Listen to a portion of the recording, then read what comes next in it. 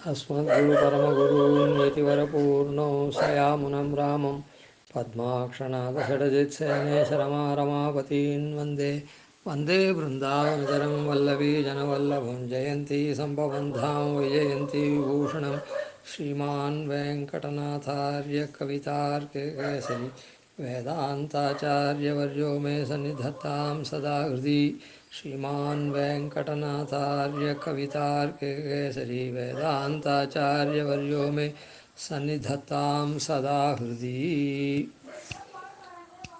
இதில் நம்முடைய நிஷ்டையை தெரிஞ்சுண்டு நாம் நடக்கணும். நாம் சரணாகதி பண்ணிருக்க பிரபன்னம்லாம் நிஷ்டைனா 3 விதமான தன்மைன்னு அர்த்தம். நம்முடைய தன்மையை நன்னா தெளிஞ்சு இருக்கிறது, நன்னா தெரிஞ்சுட்டு இருக்குன்னா அதன்படி நடக்கிறது, அது நிஷ்டைன்னு பேர். அதை தெரிஞ்சுண்டு மாத்திரம் இருக்கும், நடக்கிறது ஏதோ ஓரளவுக்கு தான் நடக்கிறோன்னா அந்த நிஷ்டா ஞானம்னு பேர். ஸ்வனிஷ்டை அதான், அதில் நம்முடைய ஸ்வனிஷ்டாபிஜானம்னு பேர் அதுக்கு. சரி, இப்போது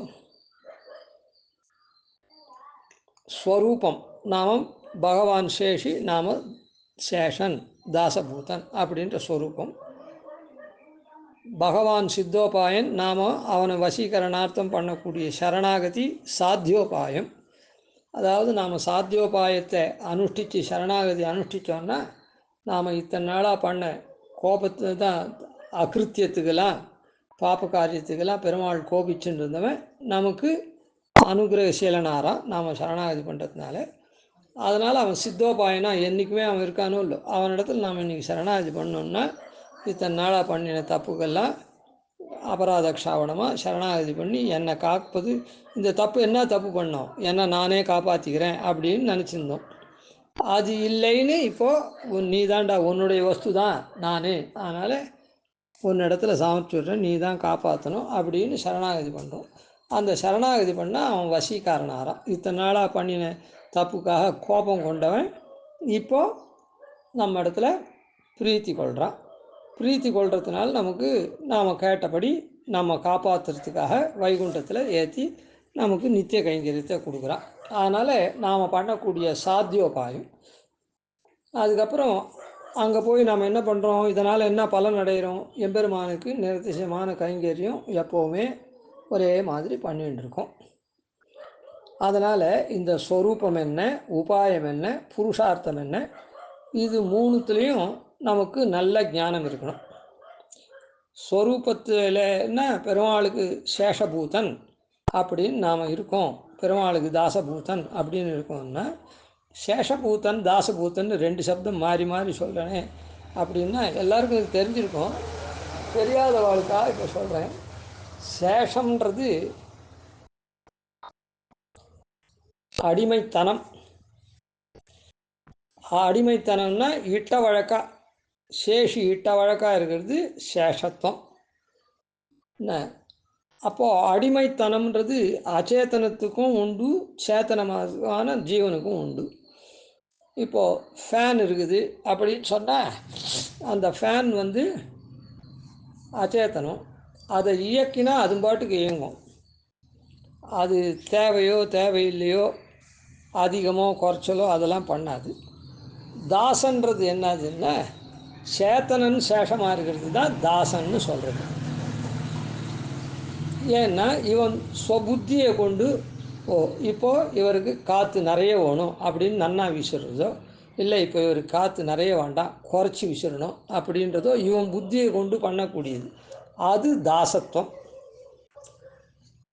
சேஷத்துவம்ன்றது என்னன்னா இயக்கினா இயங்கும். அதனால் சேஷத்துவம்ன்றது அச்சேதனத்துக்கும் சேத்தனமான ஜீவனுக்கும் சாமானியம், பொது.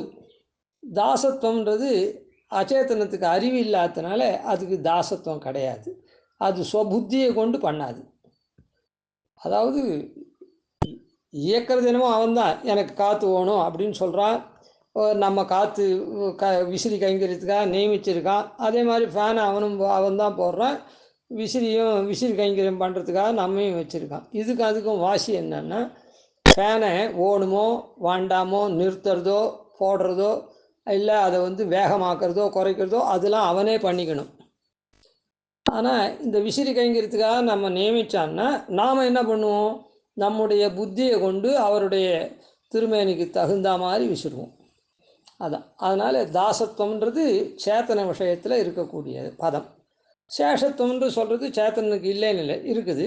அதனுடைய அறிவுபூர்வமாக பண்ணக்கூடிய கைங்கரிய விஷயத்தில் வரைச்சே தாசத்துவம் வருது. சரி, அதனால் எம்பெருமானுக்கு நாம் தாசனாக இருக்கோம் அப்படின்னு சொன்னால் நம்முடைய ஸ்வரூப நிஷ்டை எப்படி இருக்கணும்னா, பொதுவாக எல்லாருமே எம்பெருமானுக்கு அடியவர்கள் தான். அதுதான் இதில் சொல்ல போகிறோம். அதனால் இது மூணாவதாக அதை சொல்ல போகிறோம். முதல்ல நாலாவதாக முதல்ல என்னன்னா, யாருன்னா நம்ம பரிபவம் பண்ணான்னா பண்ணிட்டு போகிறா, நமக்கு அதனால் ஒன்றும் பாதகம் இல்லை. சரீரத்துக்கு தான் பாதகமே தவிர ஆத்மாவுக்கு பாதகம் இல்லை அப்படின்னு முதல்ல இருக்கணும். அதுக்கப்புறம் என்ன அப்படின்னு சொன்னால், ஐயோ பாவம், அவன் வந்து பரிபவம் பண்ணுறதுனால நம்முடைய பாபத்தெல்லாம் வாங்கிக்கிறான் அப்படின்னு, நம்முடைய பாதி பாபத்தை அவன் வாங்கிக்கிறானே அப்படின்னு அவனிடத்துல கிருபை கொள்ளணும். இந்த மாதிரி மூளை கட்டு தப்பாக பண்ணுறானே, நம்ம வெய்யிரம் பேர் வழியன்னு அவன்னா பாபத்தை வாங்கிக்கிறான் அப்படின்னு இது பண்ணணும். மூணாவது என்ன அப்படின்னு சொன்னால்,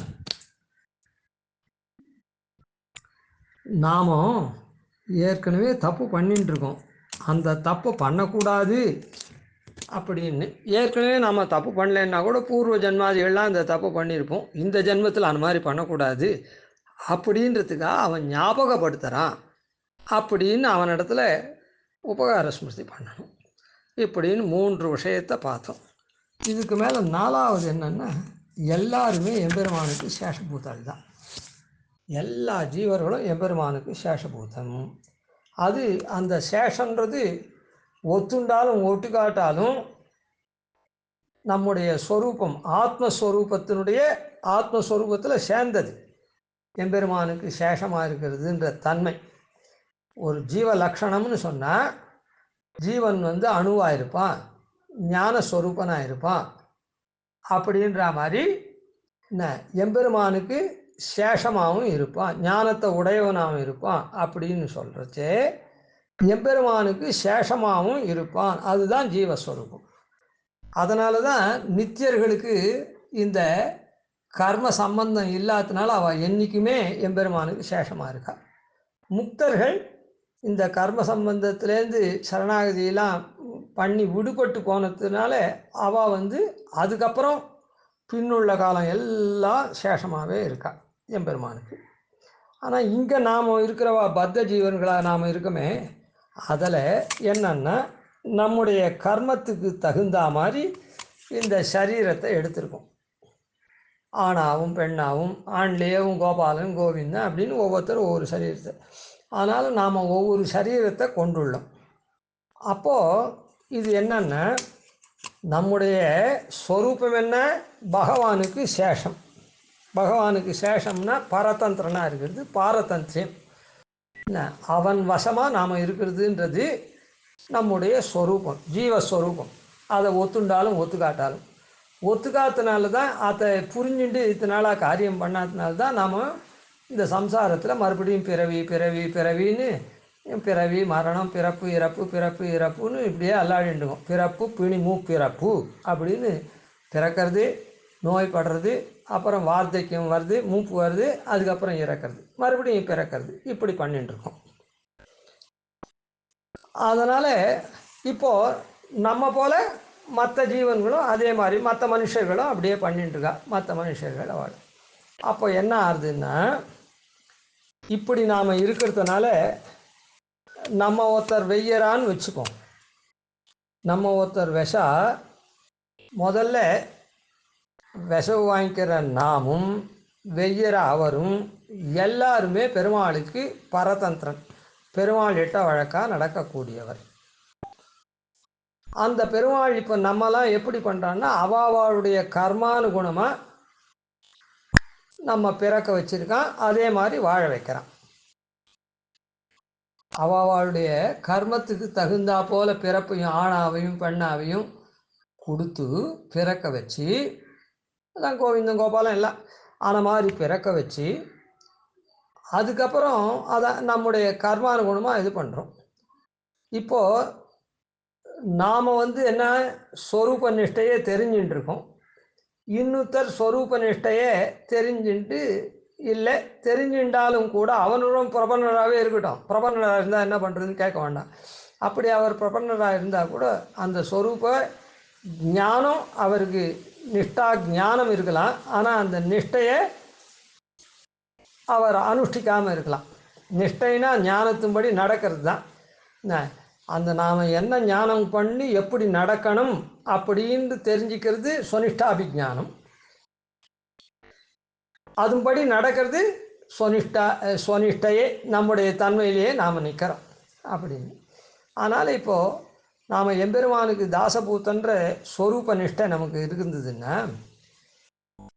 இப்போ நம்ம என்ன பண்ணுறோம், கர்மானுகுணமாக நாம் அவனுக்கு பரதந்திரன், அவன் சொன்னபடி நாம் கேட்கணும். இப்போது நாம் பாப்பம் பண்ணியிருக்கோம். அந்த கர்மானுகுணமாக என்ன பண்ணுறான், நம்ம ஒருத்தர்கிட்ட நாம் விசவு வாங்குற மாதிரி பண்ணுறான். அது யார் பண்ணி வைக்கிறது? பெருமாள் பண்ணி வைக்கிறான். அவருடைய நம்ம வெய்யறவருடைய கர்மானுகுணமாக அவனை வெய்யும்படி பண்ணுறான். அவன் ஏதோ ஒரு கர்மாவன் பண்ணியிருக்கான், அதனால் நம்ம வெய்யக்கூடிய ஸ்திதியில் அவனை வச்சிருக்கான். இப்போ ரெண்டு பேருமே எம்பெருமானுக்கு அவன் ஒத்துண்டாலும் ஒத்துக்காட்டாலும் அவனும் பரதந்திரம் தான். அவனையும் கர்மா மூலமாக பெருமாள் ஏற்கிறான், நம்ம ஏற்கிறான். ஆனால் நம்ம விசவு வாங்கும் ஸ்தானத்தில் வச்சுருக்கான் பெருமாள், நாம் பண்ண பாபத்துக்காக. அவன் பண்ண பாபத்துக்காக நம்ம வெய்யும்படி அவனை பண்ணுறான். அப்போது இதனால் ரெண்டு பேருமே எம்பெருமானுடைய திருவுள்ளப்படி தான் நடக்கிறான். எம்பெருமான் என்ன பண்ணுறான், ஒருத்தரை வெய்யும்படி செய்கிறான், ஒருத்தனை விசவு வாங்கும்படி செய்கிறான். அவன் இன்புறான், இந்த லீலாரசத்தை அனுபவிக்கிறான். எப்படின்னா, இந்த மேட்சே வச்சுப்போம். எப்போவும் இந்த மேட்ச்னா கிரிக்கெட் மேட்சை விட்டுட்டு இந்த மல்யுத்தமெல்லாம் இருக்குது, அப்புறம் குத்து சண்டை, அது இது எத்தனையோ இருக்குது அந்த இதெல்லாம். இப்போ அதில் என்ன பண்ணுறான்னா, அதில் போட்டி நடத்துகிறான்.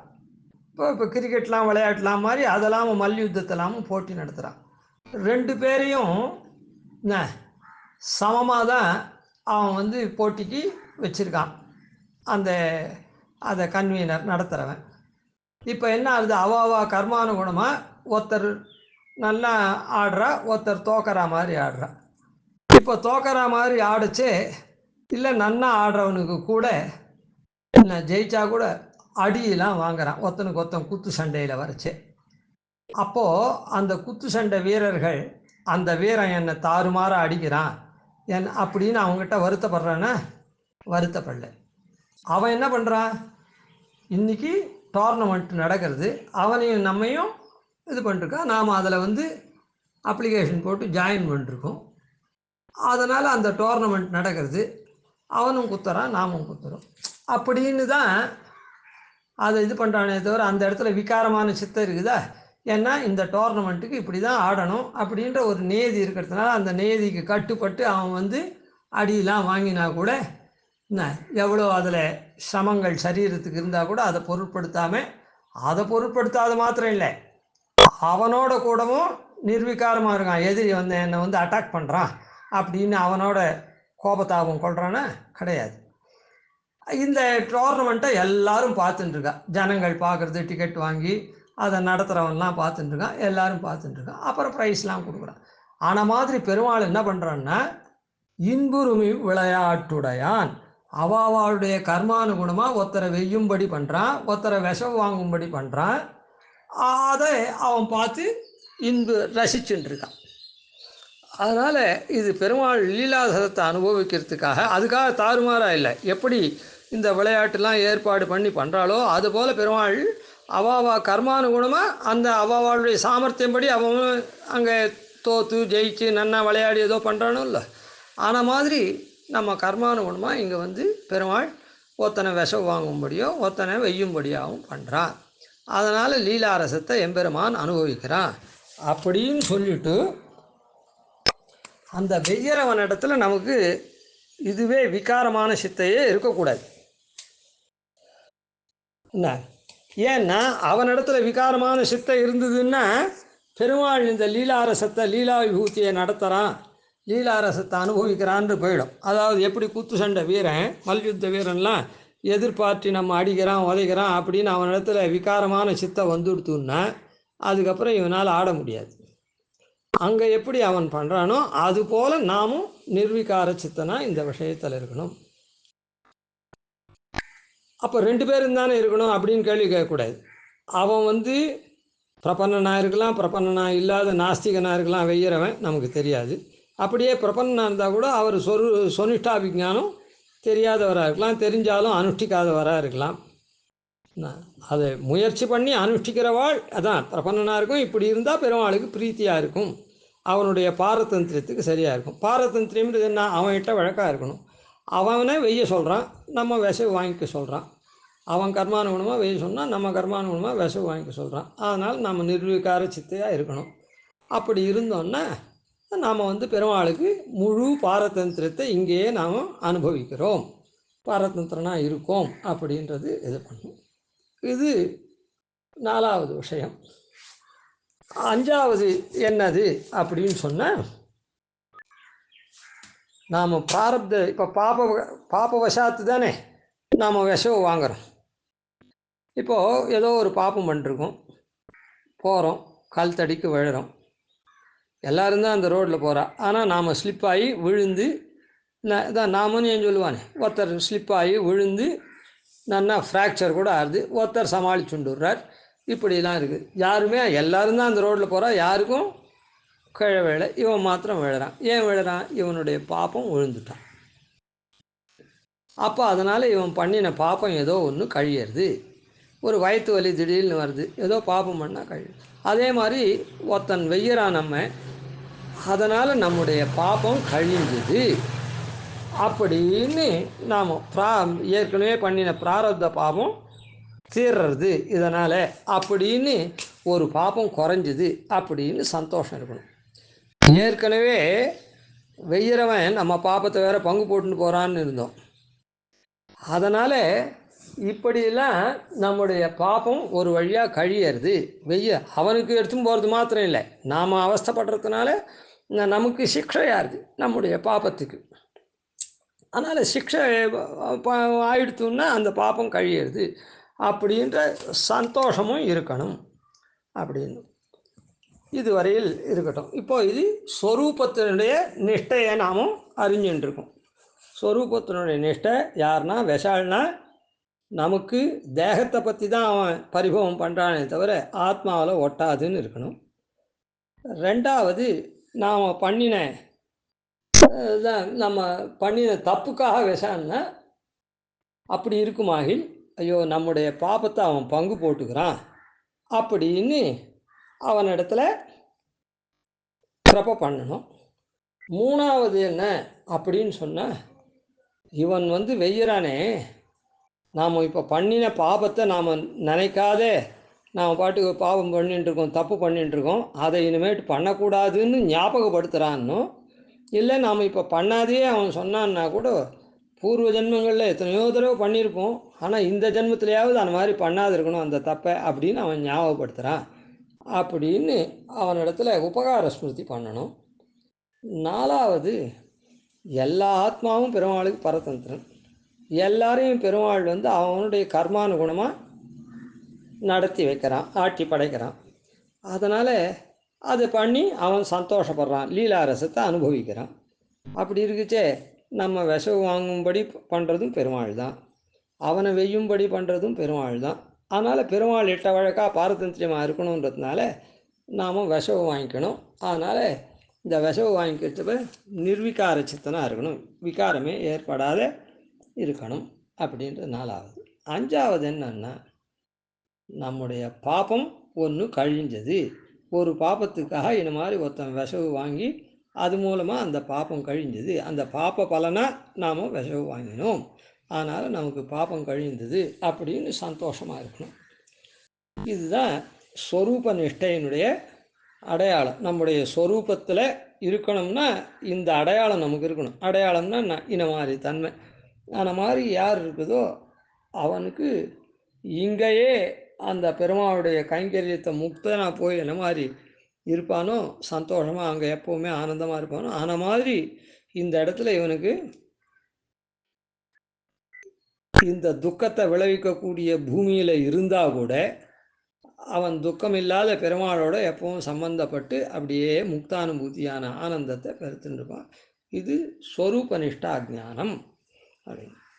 கவிதார்க்கிக சிம்ஹாய கல்யாண குணசாலினே ஸ்ரீமதே வெங்கடேஷாய வேதாந்த குரவே நமஹாதிவம்சகோபாதீனிதிவர்யான் பஜேனிஷம் ஸ்ரீரங்கபூருஷடிதித்யதீசானபதாஸ்ரீயம் ஸ்ரீவத்சவந்தலகம் வந்தே ஸ்ரீகிருஷ்ணதேசிகம்.